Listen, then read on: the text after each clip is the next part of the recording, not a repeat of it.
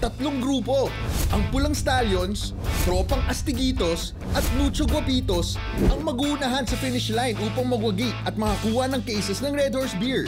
Tamang-tama sa kanilang mga inuman times. Ang karera ay may 3 leg at ang team na mauunang makatapos ng bawat leg ay magkakaroon ng 5 bote ng Red Horse Beer na dadagdag sa huling bilang ng Red Horse ng mga team sa dulo ng race ng sarap at tama. Una ay ang Repa wins. Sunod, ang panahon. At ang panghuli, ang paboritong pastime. Yeah!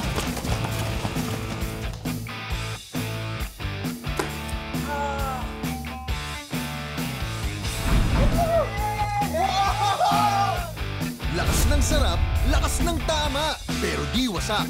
Gusto nyo pa bang malaman kung kailan masarap mag Red Horse Beer, mga repa? Abangan nyo dito sa Red Horse Beer. Race ng sarap at tama!